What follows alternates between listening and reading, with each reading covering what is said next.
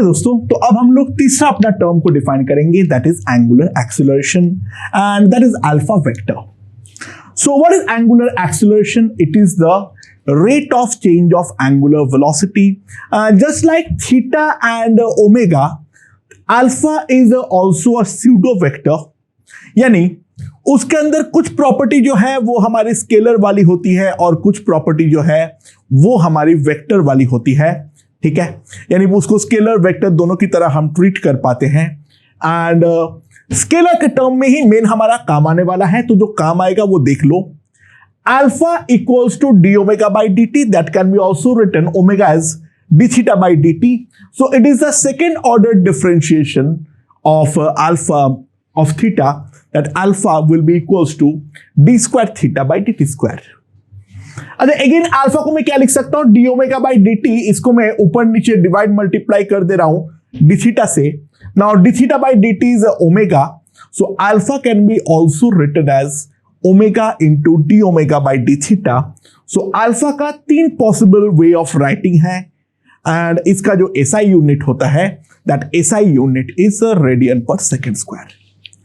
तो ये वाला पॉइंट पे जब हम लोग पहुंच गए हैं, तो ये वाले पॉइंट पर पहुंचते हुए हम एक इंपॉर्टेंट चीज को ऑब्जर्व करते हैं. ध्यान दो, जो हमारा सिमिलैरिटी है वो काफी ज्यादा नजर आ रही है. Similarity with linear motion. देखो, लीनियर मोशन में हम लोगों ने बात किए थे डिस्प्लेसमेंट, वेलोसिटी और एक्सीलरेशन से. यहां पर भी S in linear motion is equivalent to theta in a circular motion. V in linear motion is equivalent to omega in circular motion, and the acceleration A in linear motion is equivalent to alpha in, मैं is क्यों लिख रहा हूं पता नहीं, alpha in a circular motion. तो काफी ज्यादा सिमिलैरिटी जो है वो हमारे पास नजर आया है और इक्वेशन में भी सिमिलैरिटी है. ओमेगा जो है that is equals to d theta by d t and this is just like v equals to d s by d t. Alpha is a d omega by dt, like A equals to dv by dt. And जो तीसरा equation है वो है alpha equals to omega into d omega by d theta and that is like A equals to v dv by d theta. Equation wise validity है, differential equation wise validity है. Similar analysis in graph 2. Similar analysis in graph, वहां पर भी हम लोगों ने graph के बारे में जो जो पढ़े थे, यहां पर भी हम वही सारे चीजें जो है वो इवेंचुअली पढ़ने वाले हैं. This equations have a lot of similarities with the general kinematics in 1D. ठीक है, सो इस पॉइंट पे आके मैं सबसे पहले एक चीज डिफाइन करूंगा, that is uniform circular motion. ठीक है, अच्छा, what is mean by uniform circular motion? वो क्या होती है? Try to understand. जो हमारा अल्फा होगा that is equals to 0. Uniform circular motion में मेन फंडा ये है, जो हमारा अल्फा होगा दैट इज इक्वल्स टू 0, तो d omega by d t जो होगा वो हमारा 0 है, and that implies omega is a constant, and let us write it by that constant value as omega not. तो जो भी हमारा एंगुलर डिस्प्लेसमेंट होगा delta theta, that will be simply equals to omega naught into t. That is simply equals to omega naught into t. This is the concept of uniform circular motion. ठीक है, और दूसरा जिसके बारे में हम बात करेंगे that is the non-uniform circular motion. तो what is the speciality about the non-uniform circular motion? That is, alpha is not equals to 0. That implies omega is a variable. और ओमेगा अगर हमारा वेरिएबल होता है तो उसको निकालने का एक ही तरीका है, that is a delta omega is equals to integral alpha dt from 0 to time t. ठीक है, and the total angular displacement delta theta can be omega into d t from 0 to t. और तीसरा वाला relation को अगर मैं integrate करता हूं, integral omega d omega will be equals to integral alpha d theta, and these are the three relations that can be used. इसके अलावा और कोई इक्वेशन का हेल्प हमें नहीं मिलने वाली है। We discuss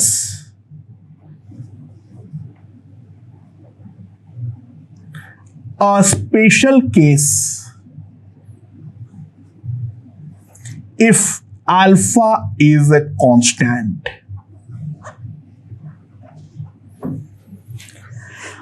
हम लोग एक स्पेशल नॉन यूनिफॉर्म का केस को हम डिस्कस करेंगे, जैसे कि हम लोगों ने काइनेमैटिक्स में मोशन इन 1D में एक स्पेशल केस डिस्कस किए थे जहां पर ए हमारा कांस्टेंट था। एग्जैक्टली वैसे ही यहां पर भी हम डिस्कस करने वाले हैं। ध्यान दो क्या है, at t equals to 0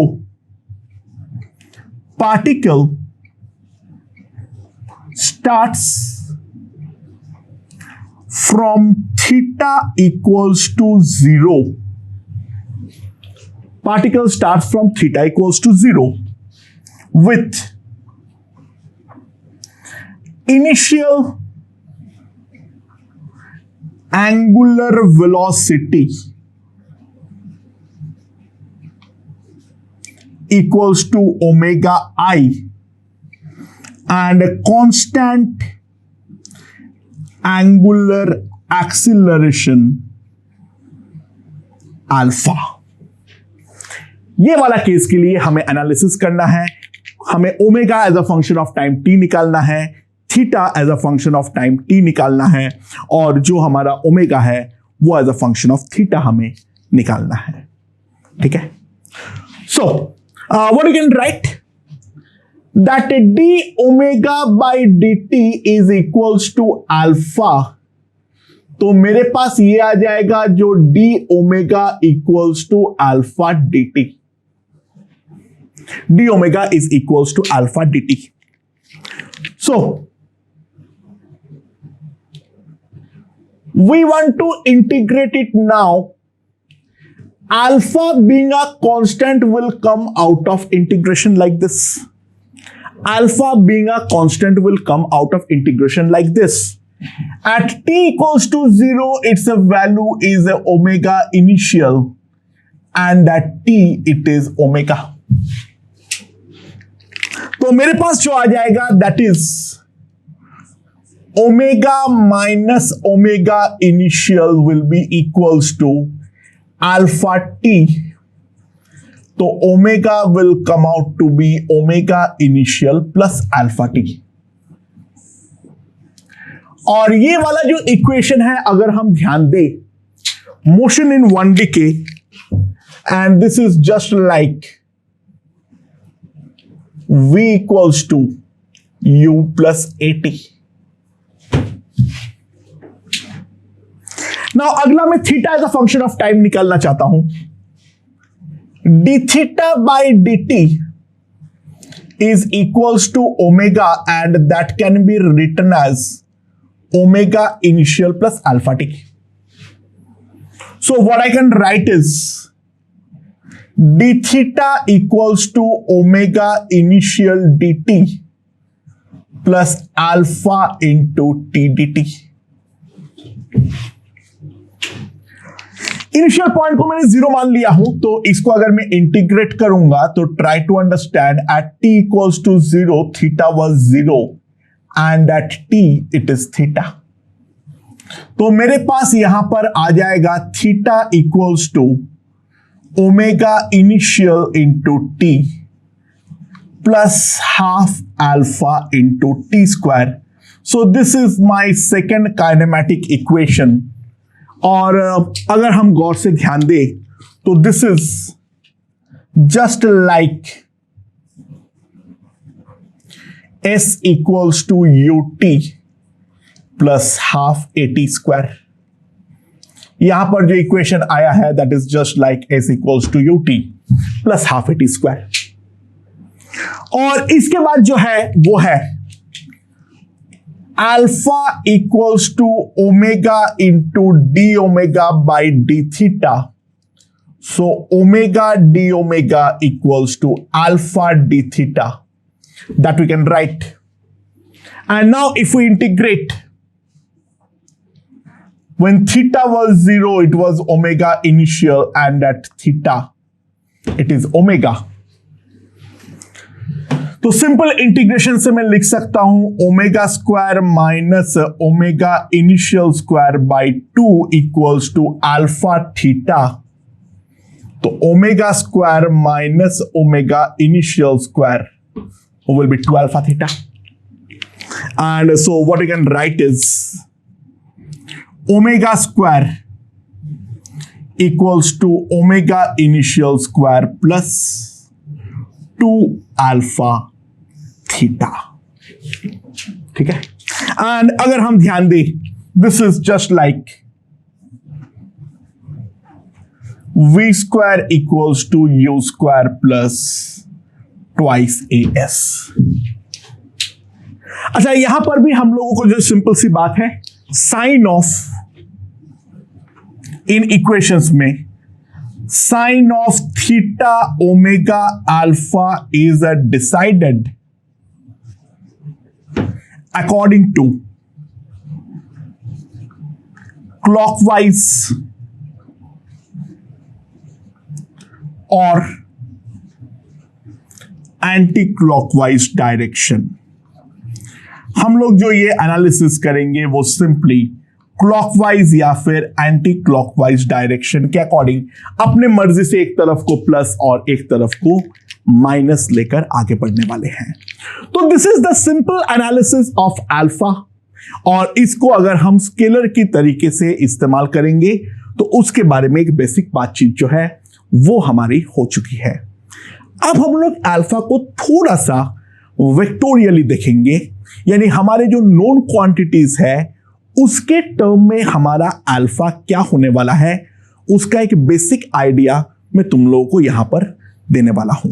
okay दोस्तों, तो सपोज करो मेरे पास कोई एक सर्कुलर मोशन हो रहा है, मेरे पास कोई भी एक जनरल पॉइंट है. ये पॉइंट जो है वो हमारा सर्कल का सेंटर होना बिल्कुल भी जरूरी नहीं है. अभी तक जो हम एनालिसिस कर रहे थे उस पर हम सर्कल का सेंटर ही कंसिडर कर रहे थे, बट बिल्कुल भी हमारा सर्कल का सेंटर होना जरूरी नहीं है. That is any general point O. उस पॉइंट के रेस्पेक्ट में हमारा जो P है वो ओमेगा वेक्टर से हमारा गोल गोल घूम रहा है, और उस इंस्टेंट पे जो हमारा वेलोसिटी होगा वो है हमारा general V vector. Try to understand V vector R vector के परपेंडिकुलर बिल्कुल भी नहीं होगा, कोई गारंटी नहीं होगा, क्योंकि ये R वेक्टर जो है वो हमारा रेडियस जो है वो नहीं है.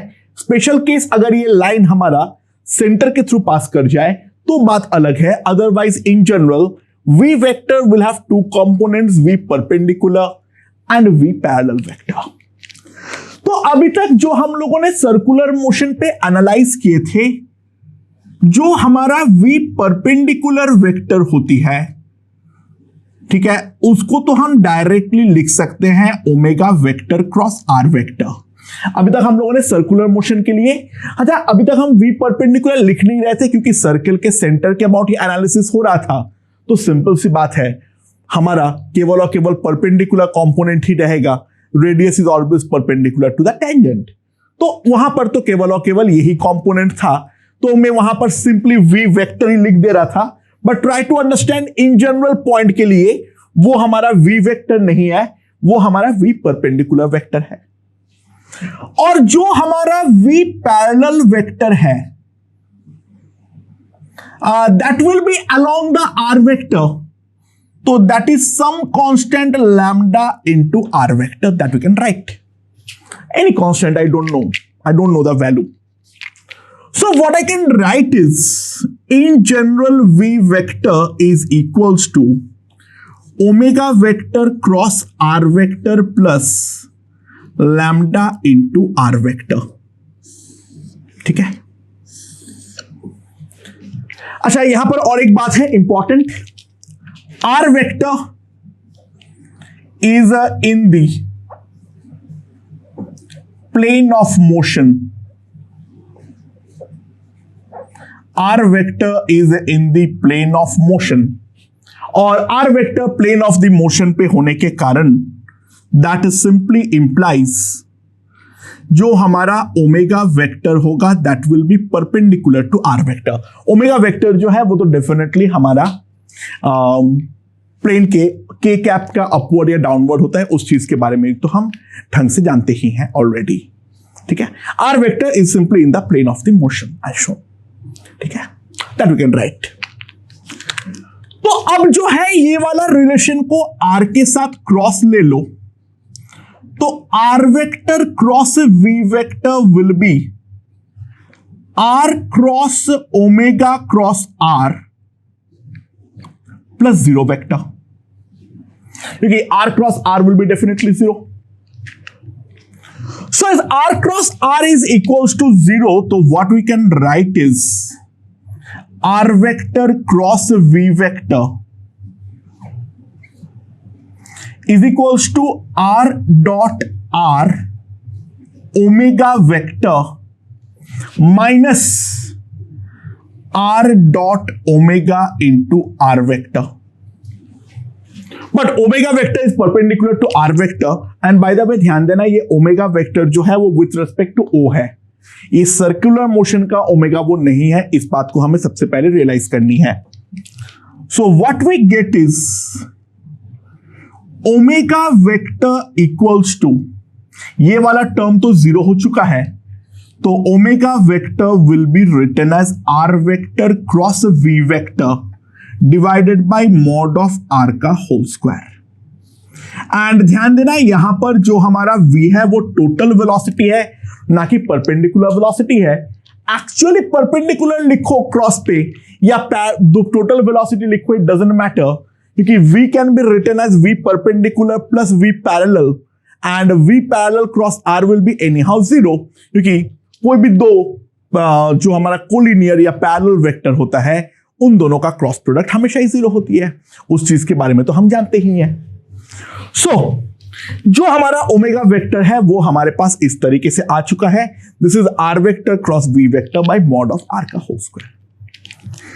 एंड जो हमारा अल्फा वेक्टर है that will be d omega by d T.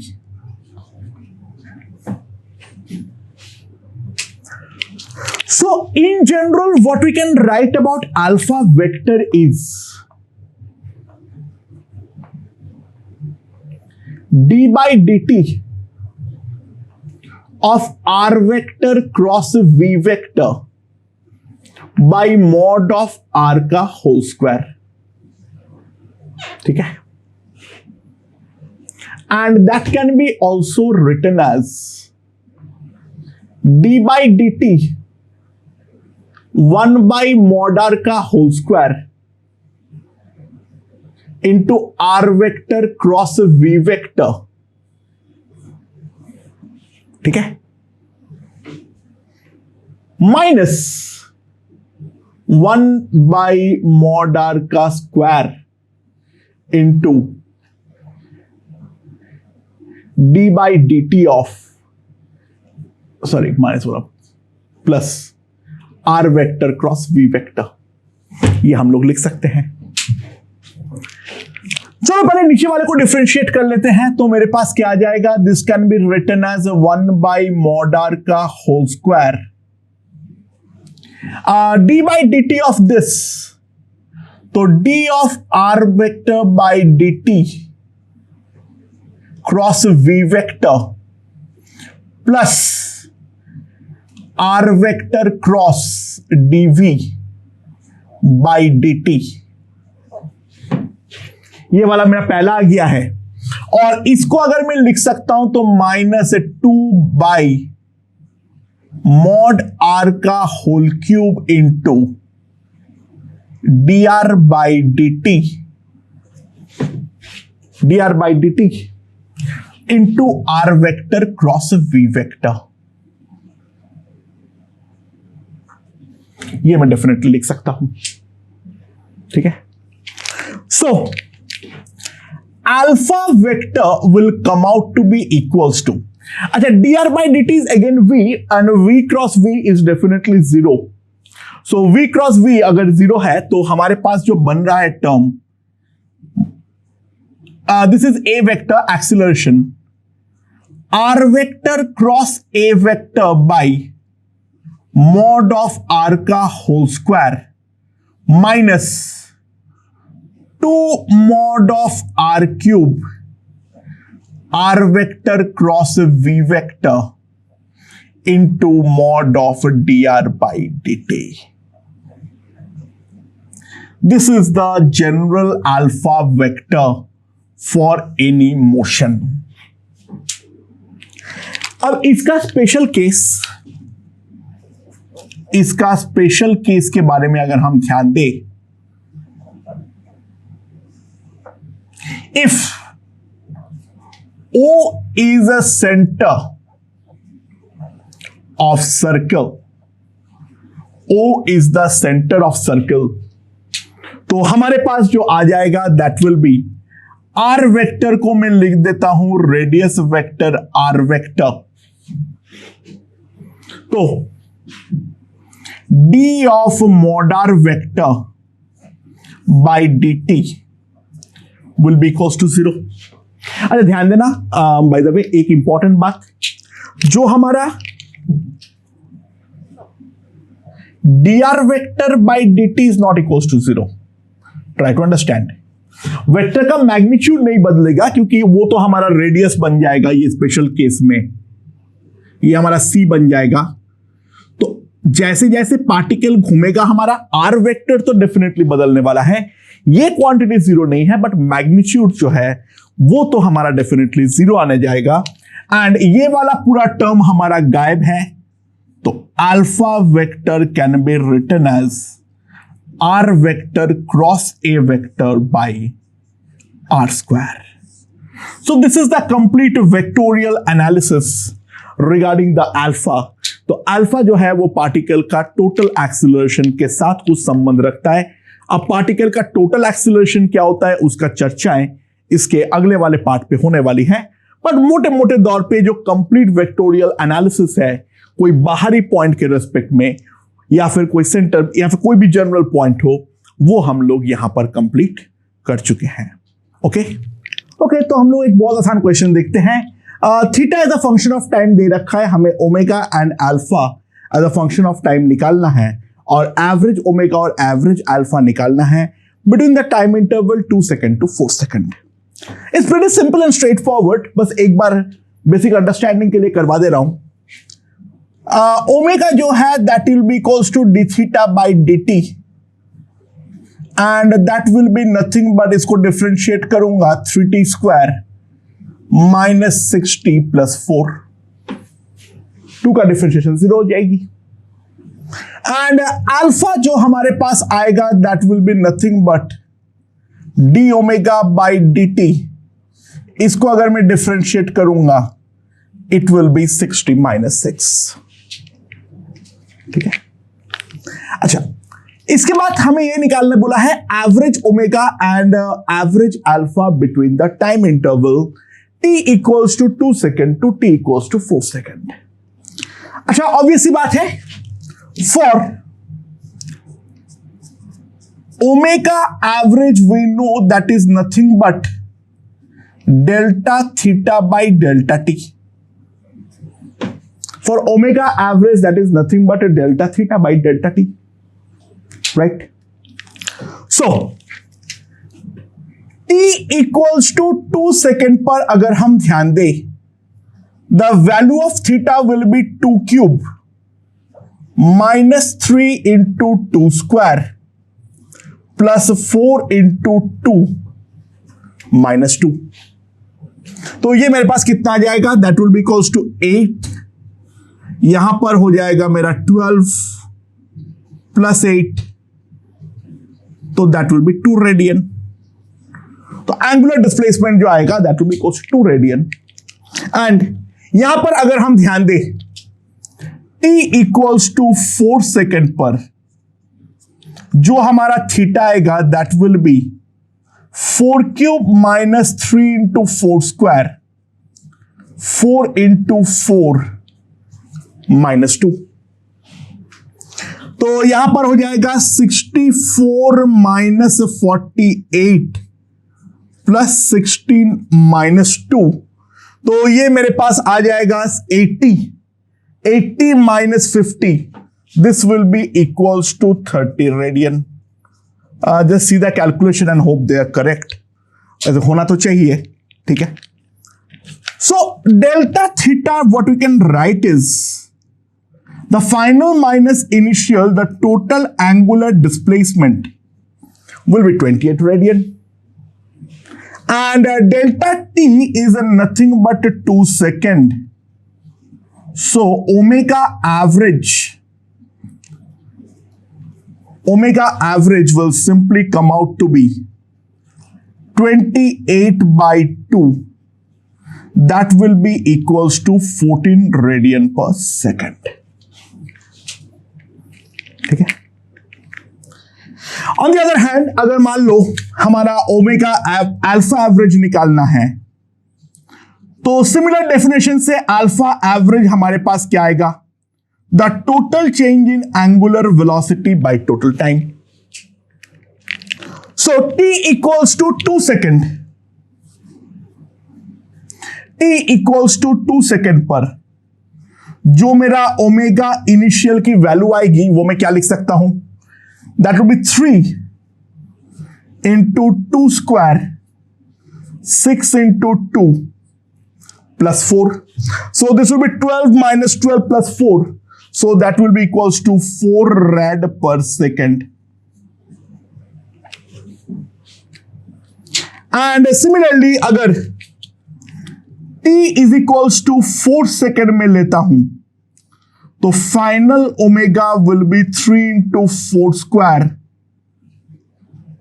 6 into 4, तो 16 48 माइनस 24 इज 24, तो final omega will come out to be 28 rad पर second. So delta omega is nothing but 28 minus 4, that is 24 rad per second, and delta t is 2 second. So alpha average की जो value आएगी, alpha average will be simply equals to 12 rad per second square. Alpha average will be simply equals to 12 rad per second square. मेरे ख्याल से ये काफी आसान question था, वो चीज हमें यहां पर समझ में आ गई ही है। एक इंपॉर्टेंट एस्पेक्ट है, उस बात पे ध्यान दो। Just like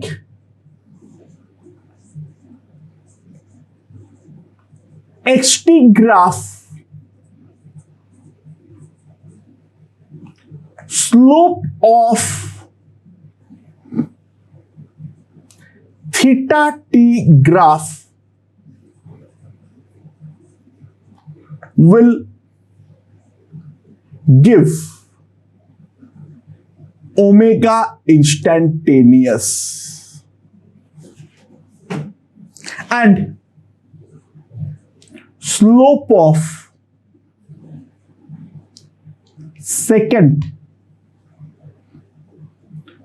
will give the omega average।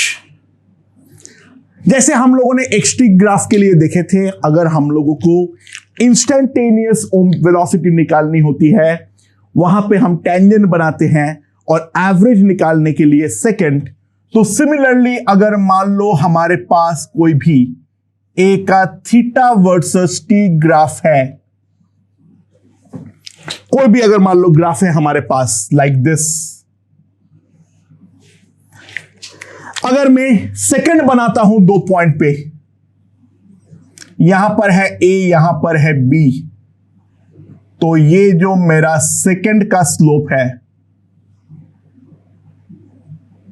that will give me the omega average, and for the instantaneous omega कोई भी general point पे simply draw the tangent to the graph and this tan phi will give me the slope, will give me the value of omega instantaneous। ठीक है। Similarly slope of omega t graph gives alpha। ठीक है, यानी अगर मैं tangent का slope बनाऊंगा, अगर टेंजेंट है तो that will correspond to the alpha instantaneous, and अगर मैं सेकंड का स्लोप देखता हूं तो that will be simply alpha average. ठीक है, that will simply give me the alpha average. On the other hand, area under omega T graph will give delta theta. अगर omega T का graph दिया हुआ है तो उसका जो हमारा एरिया होंगे तो वो हमारा टोटल, कोई भी 2 पॉइंट के बीच में जो टोटल एंगुलर डिस्प्लेसमेंट है वो हमारा देने वाला है। तो मान लो this is the time t1, ठीक है, तो this is the area,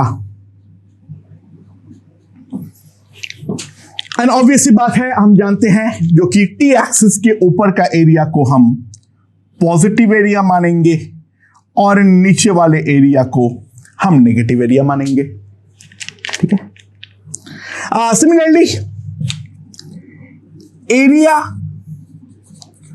under alpha T graph will give delta omega, and last एक और एरिया हमारे लिए इंपॉर्टेंट होता है, area under alpha theta graph gives omega final square minus omega initial square by 2.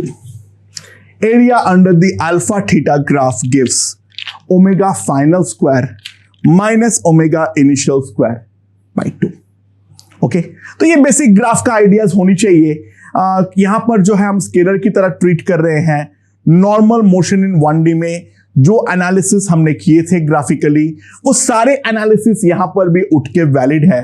उस पूरा चीज को मैं वापस नहीं कराऊंगा, 1-2 छोटे मोटे क्वेश्चन करके इस चीज से आगे निकलने वाला हूं, क्योंकि ऑब्वियस सी बात है वहां पर हम बहुत ढंग से डिस्कस कर चुके हैं। यहां पर केवल वेरिएबल्स का नाम बदल रहा है, प्रैक्टिकली जो हमारा उनका एनालिसिस मेथड रहेगा वो एग्जैक्ट सेम रहने वाला है। Okay, so this graph given of omega versus time is a straight line. Omega जो है वो रेड पर सेकेंड में है and time is in second. So we have to find the alpha, the omega initial and omega and theta as a function of time. Initially theta को 0 मान लेना, ठीक है, इनिशियली जो लोकेशन है उसके लिए थीटा को 0 मान लेना, वरना हमारे पास डेल्टा थीटा आएगा। अच्छा, ऑब्वियस सी बात है, यहां पर हम देख सकते हैं जो ओमेगा जो वेरिएशन है, ओमेगा वेराइज linearly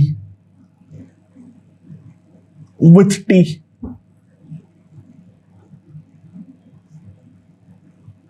तो ओमेगा लिनियरली वेरी करने का केवल एक ही ऑप्शन है, जो हमारा जो अल्फा है वो अल्फा हमारा कांस्टेंट होना चाहिए, राइट। ओमेगा जो कि हमारा टी के साथ लिनियरली वेरी कर रहा है, तो अल्फा जो है वो डेफिनेटली हमारा कांस्टेंट होनी चाहिए, right.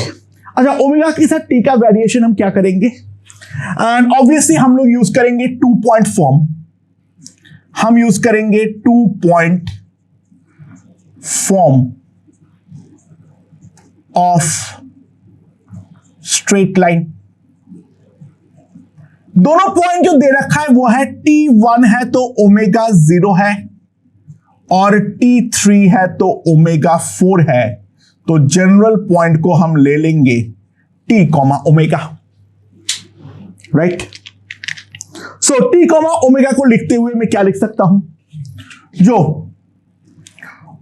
T -1 by 3 - 1 omega -0 by 4 - 0, तो T -1 by 2 equals to omega by 4, ठीक है। So what I get is omega equals to 2t -2,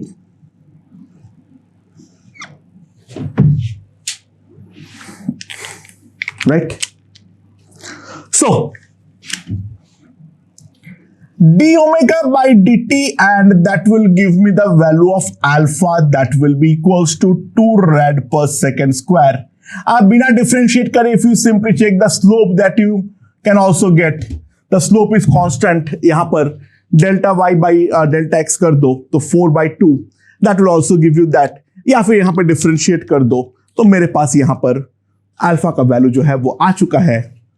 तो at t equals to 0, omega equals to omega initial, तो omega initial will be -2 rad per second। Omega initial will be -2 rad per second। What is the significance of minus? Suppose यहां पर omega को graph जब उन्होंने draw किया था तब उन्होंने एंटी क्लॉकवाइज सेंस को पॉजिटिव माना था। तो इनिशियली जो पार्टिकल है, जो हमारा बॉडी है, वो हमारा क्लॉकवाइज रोटेट कर रहा था, and then for some anticlockwise alpha after a certain point, here we can see t equals to 1 second, इसका जो हमारा ओमेगा हो गया है वो एंटी क्लॉकवाइज डायरेक्शन पे बन रहा है। इनिशियल जो हमारा एंगुलर वेलोसिटी था that was in the anti clockwise clockwise sense, okay. And now for the theta, omega is nothing but d theta by dt। omega is a function of time, तो मैंने निकाल दिया हूं, तो d theta by dt equals to 2t - 2, तो d theta will be 2t dt - 2 dt। So now we have to integrate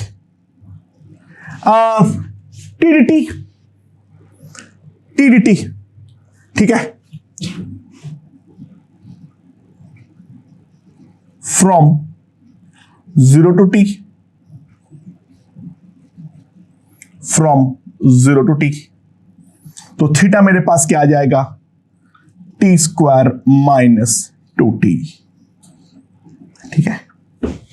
initial अगर कुछ और थीटा दे देगा तो उसको थीटा माइनस थीटा नॉट लिख देना। बाकी थीटा जो आएगा वो टी स्क्वायर माइनस 2t, और जो हमारा यूनिट आएगा that is going to be the radian. Okay, काफी सिंपल क्वेश्चन है। एक ग्राफ का बेसिक अंडरस्टैंडिंग जो है वो मेरे ख्याल से समझ में आ गया है। ओके दोस्तों, so this a graph given of alpha versus theta, and initially particle का थीटा हमारा 0 था एंड पार्टिकल इनिशियली हमारा रेस्ट पर था। We have to find the angular velocity as a function of theta.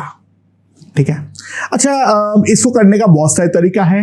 या तो हम पार्ट वाइज डिवाइड करें and we apply alpha equals to omega d omega by t theta. फिर alpha का as a function of theta पहले तो 2 है, उसके बाद स्ट्रेट लाइन का इक्वेशन निकाल ले with the help of 2 point form, and so on and so fourth हम करते रहे।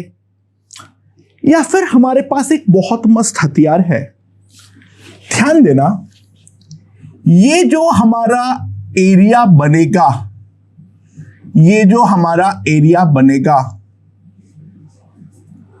The shaded area will be simply equals to omega final square minus omega initial square by 2, that we know। तो ये वाला area को मैं 3 part में divide कर ले रहा हूं। ये पहले पार्ट का एरिया है A1, दूसरे पार्ट का एरिया है A2, और ये तीसरे पार्ट का एरिया है A3। सो A1 मेरे पास क्या होगा? एरिया A1 मेरे पास क्या होगा? It is the area of the rectangle. Now this is 2, ये जो हमारा हाइट है वो 2 है, और ये जो है वो हमारा 4 है, तो that will be equals to 8। Now area A2 जो मेरे पास आएगा that will be the area of trapezium, half into sum of parallel sides into the length, that is equals to 4, so that will be equals to 6। ठीक है, that will be equals to 6, and जो हमारा final area होगा A3, इसका ये वाला height है 1, ये है मेरा 4, तो ये आएगा मेरे पास 4। तो मेरे पास जो टोटल एरिया आ जाएगा that will be 8 plus 6 plus 4, that will be equals to 18। ठीक है, now omega initial is 0, so what we can write is omega final square minus 0 square 2 is equals to 18, so omega final will be 6 rad per second। That will give me the final value of omega। Okay? Okay दोस्तों, तो और एक simple equation देखते हैं। A particle is executing circular motion having alpha equals to 2 rad per second square and having the omega initial at 60 by pi rpm, then find the omega and theta at t equals to 2 second. Take the initial theta to be equals to 0। अच्छा, यहां पर main problem ये है, जो omega initial जो दे रखा है वो हमारा आरपीएम पे दे रखा है। तो we know one thing that 1 RPM is equals to 2 pi by 60 rad per second। We know this thing. So 1 RPM is 2 pi by 60 rad per second। सो ओमेगा इनिशियल की जो वैल्यू आएगी हमारे पास, that will be simply equals to 60 by pi into 2 pi by 60, so that will be simply equals to 2 rad per second। ठीक है, alpha जो दे रखा है वो है 2 rad per second square, तो simply what I can write is omega will be omega initial plus alpha t, so omega can be simply written as 2 plus 2t rad पर second, ठीक है। And now we have to substitute t equals to 0, sorry 2, तो at t equals to 2 second the value of omega will come out to be 6 rad per second. The value of omega will come out to be equals to 6 rad per second. Now, दूसरा d theta by dt that can be written as 2t plus 2. Now we have to simply integrate, 2t plus 2. Now we have to simply integrate. Theta will be equals to t square plus 2t radian. तो मेरे पास अब जो है at t equals to 2 second के बारे में अगर पूछा तो at t equals to 2 second theta will be equals to, ये 4 है, ये 4 है, that will give me 8 radian. At t equals to 2 second, theta is going to be equals to 8 radian. Okay? Okay. और एक आसान क्वेश्चन देखते हैं. A particle moves from rest with alpha equals to 3 rad per second square. At a certain instant, a person starts his stopwatch and he recorded that theta equals to 120 radian in 0 to 4 second. अच्छा, ये जो 0 है, ये particle का 0 नहीं है. वो stopwatch कोई एक इंस्टेंट पे रैंडमली चालू कर दे रहा है. पार्टिकल चालू होकर घूमना चालू कर दिया अल्फा के साथ, और किसी एक इंस्टेंट पे उसने चालू किया और 4 सेकेंड बाद बंद किया. तो उसको ये मालूम पड़ा जो टोटल एंगुलर जो रोटेशन हुआ है वो अगर 120 रेडियन हुआ है. तो सवाल ये है वो स्टॉपवॉच चालू करने के कितनी देर पहले पार्टिकल का मोशन जो है वो हमारी चालू हुई थी. Let's see. तो मान लो when he started his watch, उसका जो इनिशियल एंगुलर वेलोसिटी था that is equals to omega not.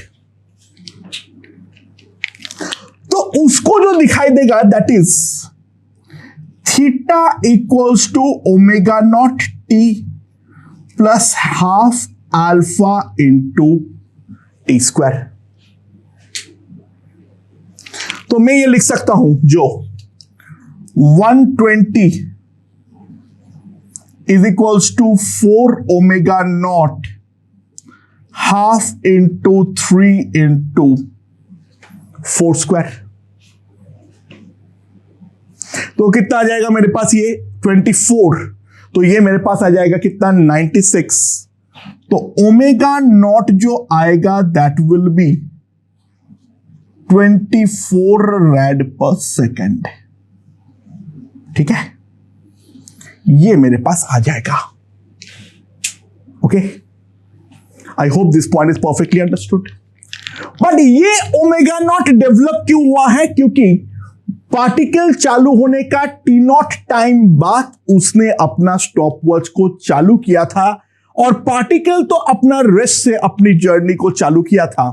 तो सिंपल सी बात है, वो टाइम को अगर मैं टी नॉट बोलता हूं तो 24 0 प्लस 3 टी नॉट, तो टी नॉट मेरे पास सिंपली आ जाएगी 8 सेकेंड. टी नॉट हमारे पास सिंपली आ जाएगी equals to 8 second. Okay okay दोस्तों, अगला क्वेश्चन देखते हैं क्या बोला है.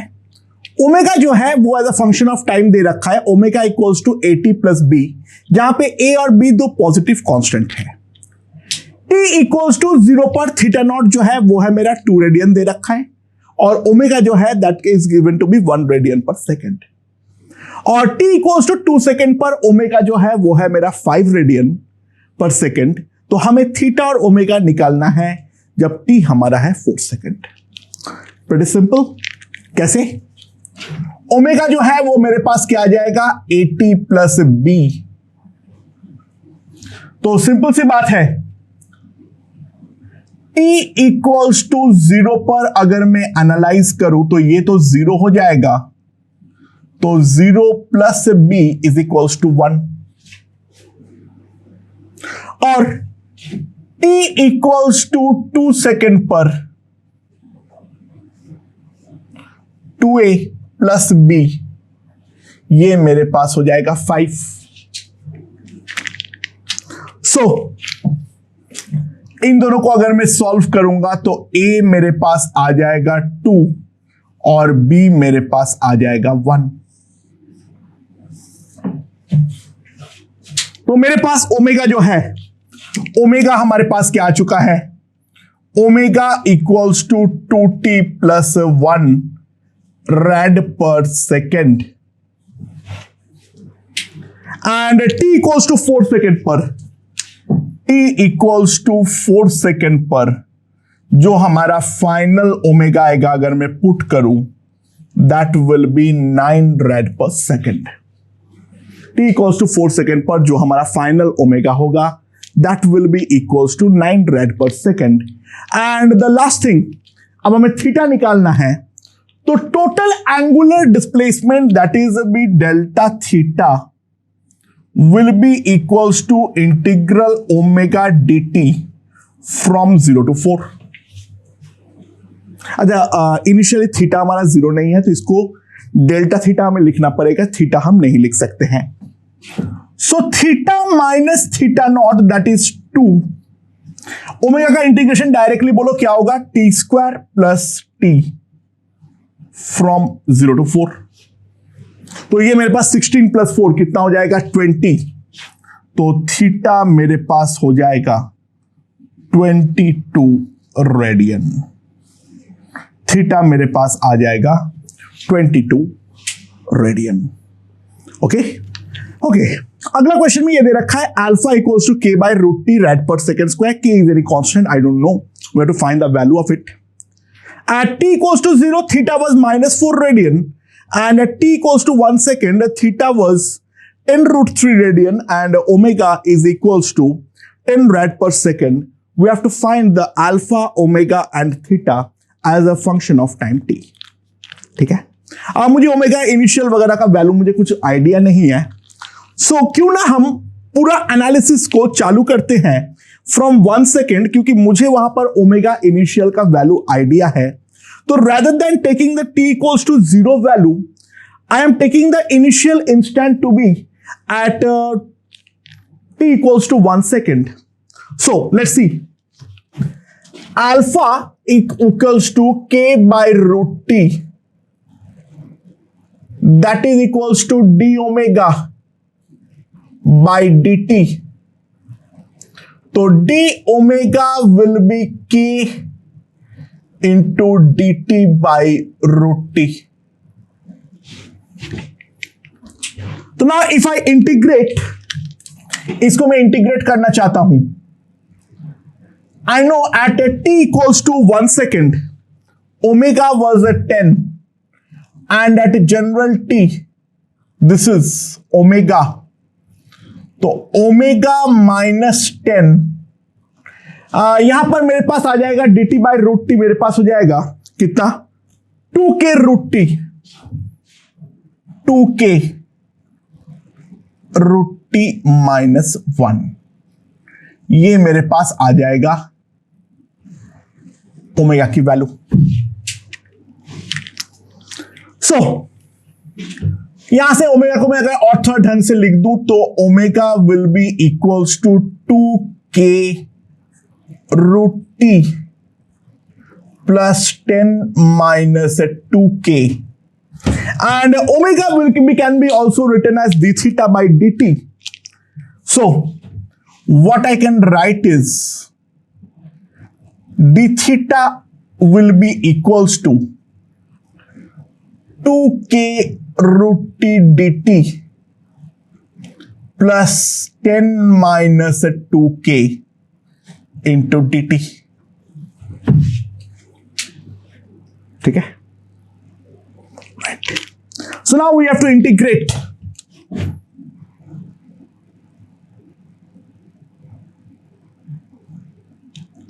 at t equals to 1, theta was 10/3. So at general time it is theta that we can write. So what we can write is theta minus 10/3. T to the power half का integration जो होगी that will be divided by, तो this will come out to be equals to 4k/3 t to the power 3/2 minus 1 plus 10 minus 2k into t minus 1 that we can write. तो मेरे पास यहां पर जो आ गया है that is the theta as a function of time आ तो चुका है, लेकिन बस k का वैल्यू जो है अब मुझे यहां से निकालनी है. तो सिंपल सी बात है, जो at t equals to 0 theta equals to -4, let's put it -4 minus 10/3. This term is 0 minus 4k/3. This term is a -1, तो plus 2k minus 10 ये मैं लिख सकता हूं. तो मेरे पास ये आ जाएगा जो 2k/3, that will be 6 minus 10/3, that will be 8/3. So k will be equals to 4. तो k का वैल्यू हमारे पास यहां से जो है वो 4 आ चुका है. ये k का वैल्यू निकालना हमारे लिए इंपॉर्टेंट था. तो अब हम लोगों के पास सब कुछ आ चुका है. तो मेरे पास जो आ गया है that is alpha equals to 4/√t rad पर सेकेंड स्क्वायर. ओमेगा के लिए पुट कर देता हूं, तो ओमेगा मेरे पास कितना आ जाएगा, के मेरा 4 है, के मेरा 4 है, तो यहां पर तो मेरा टर्म 2 हो जाएगा और मेरा ये 8 हो जाएगा. 2 + 8√t रेड पर सेकेंड. और थीटा जो आ जाएगा मेरे पास, इसमें थोड़ा सा भी कैलकुलेशन करना है, 10/3 यहां पर जो आएगा that will B -4k/3 -8/3 plus यहां पर हो जाएगा मेरे पास 2. सारे कांस्टेंट टर्म्स को मैंने एक साथ लेकर आ गया. ठीक है, +2 या -2, sorry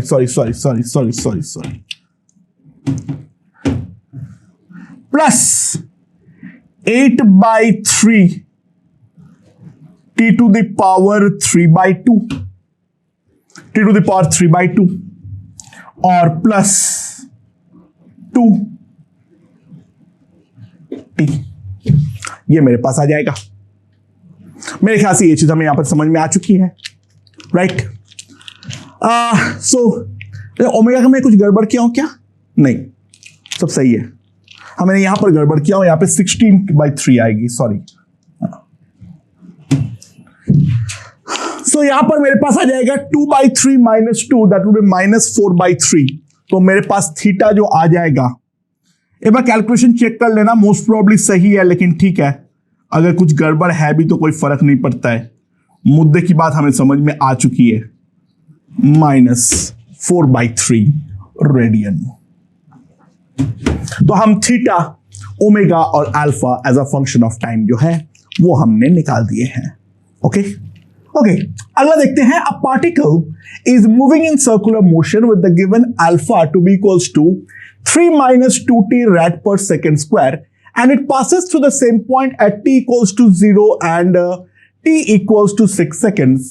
Then we have to find its angular velocity omega as a function of time t. तो ये हम किस तरीके से निकालेंगे इसके बारे में एक बार सोचते हैं. ठीक है, पहला का एनालिसिस ऑब्वियसली बहुत आसान रहेगा. वो ये है, जो d ओमेगा बाई dt जो होगा that will be equals to 3 - 2t. तो इसको अगर मैं सिंपली इंटीग्रेट करता हूं, it will be 3t - t square but हमें इनिशियल वैल्यू के बारे में कोई आइडिया नहीं है, तो we have to consider it as an integration constant.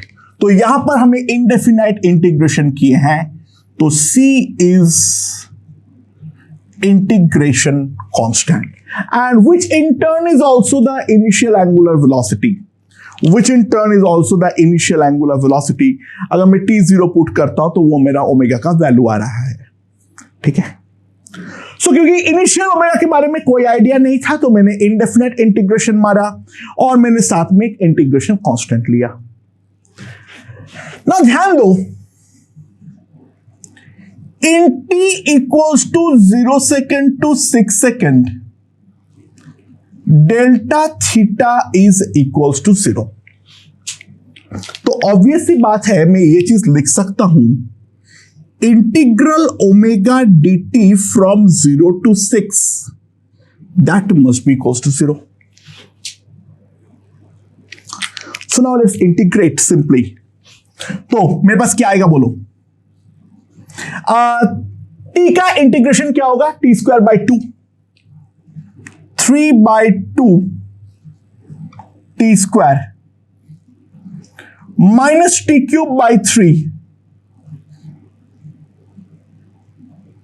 plus c into t, that will be equals to 0। तो मेरे पास क्या आ जाएगा, 3/2 into 36 216/3 plus 6c, that must be equals to 0। So मेरे पास जो आ जाएगा, that will be, this will be 54 minus 72 plus 6c is 0, तो 6c is equals to 18। तो मेरे पास c की वैल्यू जो आ जाएगी, यहां से हम देख सकते हैं c will be equals to 3 and that will also give me the omega initial।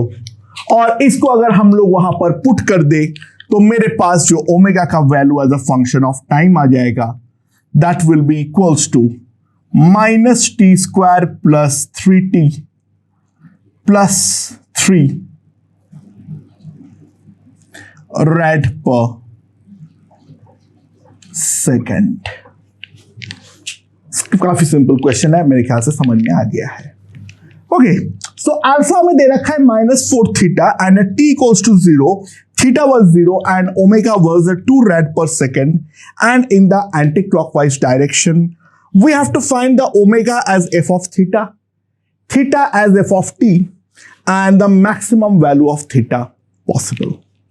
ठीक है, अच्छा ऑब्वियस बात है, अल्फा हमें as a function of theta दे रखा है, तो हम जो चालू करेंगे that alpha equals to omega d omega by d theta and that will be equals to -4 theta. So what I can write is omega d omega -4 theta d theta.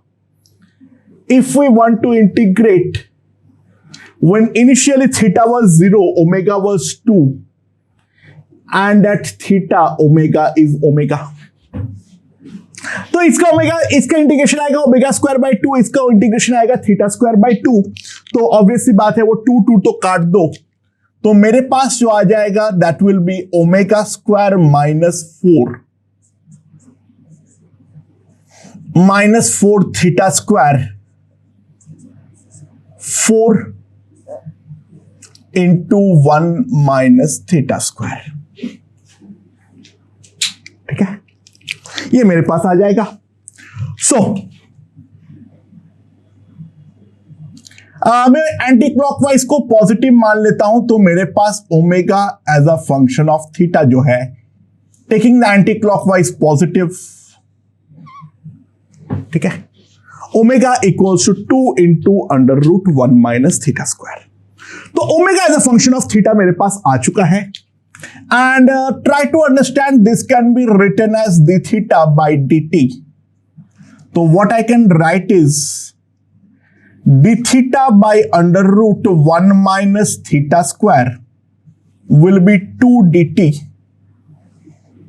Now we have to integrate at t equals to 0. Theta was also 0. And at t, it is theta. It's a very simple integration. This is nothing but sine inverse of theta. And this is simply t. So sine inverse of theta equals to 2t. तो theta के बारे में हमें आ गया मेरे पास theta equals to sine 2t. अच्छा, ओमेगा अगर फंक्शन ऑफ टाइम कोई निकालने बोलेगा तो omega that will be equals to d theta by d t. निकालने नहीं बोला है, ऐसे ही निकाल दे रहा हूं 2 cos 2t. और अगर मुझे मैक्सिमम थीटा के बारे में पूछेगा तो ये साइन 2t है, साइन का मैक्सिमम वैल्यू 1 होता है, तो theta max will be equals to 1 and omega max अगर हम ध्यान दें तो that will be simply equals to 2. Omega maximum का जो वैल्यू आएगा that is going to be equals to 2. काफी सिंपल क्वेश्चन है, मेरे ख्याल से ये हमारे समझ में आ चुकी है. ओके दोस्तों, सो इस प्रोफाइल का लास्ट क्वेश्चन देखते हैं. Alpha is given to be equals to -2 omega at t equals to 0. The theta was 0 and the omega was 2 rad per second. Find the omega and theta as a function of time. Omega as a function of theta and the theta max, and can the particle reach at that particular point? So these are the question. Let's see. तो alpha in terms of omega मुझे मालूम है, तो omega d omega by d theta that is -2 omega. Correct and right? ठीक है. Okay, सो यहां पे तो हम लोगों ने कट कर दिए. नाउ मेरे पास जो आ गया है that will be d omega equals to -2 d theta. Now, if I simply integrate, initially when theta was 0, तो omega was 2, and at theta omega is omega. तो मेरे पास ये आ जाएगा omega -2 equals to -2 theta. तो omega equals to 2 into 1 minus theta.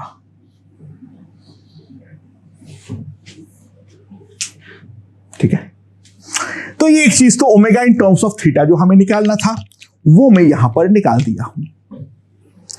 अच्छा, दूसरा, अब अगर मैं ओमेगा को लिख देता हूं d theta by d t, तो d theta by d t is equals to 2 into 1 minus theta. तो d theta by 1 minus theta is 2 d t. At t equals to 0, theta was 0, and at t it is theta. So minus ln 1 is anyhow 0, minus ln 1 minus theta is equals to 2t. So 1 minus theta equals to e to the power minus 2t. तो मेरे पास ये आ जाएगा जो theta will be equals to 1 minus e to the power minus 2t. तो theta as a function of time हमारे पास आ चुका है. And for finding the omega simply we have to, या फिर इस पे इसको पुट कर दो. Now 1 minus theta will be e to the power minus 2t. तो ओमेगा जो हमारे पास आ जाएगा that will be simply 2 into e to the power, जो इसको तुम डायरेक्टली डिफरेंशिएट करके भी साफ साफ देख सकते थे. And what is the graph of e to the power minus 2t? If we see, if you observe, अगर मैं e to the power minus 2t versus t का ग्राफ बनाता हूं, t इक्वल्स टू 0 पे इसका वैल्यू 1 होगा and after that it will decrease. So e to the power minus 2t lies in the interval of, please observe it will be 0 in the open interval क्योंकि exact infinite तो होगा नहीं, for t greater than और equals to 0। तो simple सी बात है, जो हमारा थीटा का मैक्सिमम वैल्यू आने वाली है, that theta maximum will be equals to 1 theoretically, but it cannot attain that value as t can never be infinite। ये infinite टाइम मत 1 पे पहुंचने वाला है, लेकिन ऑब्वियस सी बात है यहां पर हम लोगों का इनफाइनाइट वैल्यू तो ऑब्वियसली अलाउड नहीं होता है। Theta will tend to 1, it will go infinitesimally closer to 1, but it cannot reach the exact value of theta equals to 1। तो दोस्तों, इसी के साथ जो बेसिक काइनेमैटिक एनालिसिस है regarding the theta, omega and alpha, वो मेरे ख्याल से हमें ढंग से समझ में आ चुका है। अब हम लोगों ने जो ये 3 वेरिएबल को डिफाइन किए हैं, इसके बेसिस में कोई सर्कुलर मोशन करता हुआ पार्टिकल का एक्सीलरेशंस की बातचीत करना चालू करेंगे। Not the angular acceleration, we are talking about the linear acceleration. तो उनके साथ क्या रिलेशंस बनता है वो एक एक करके अब हम लोग देखना चालू करते हैं। ओके।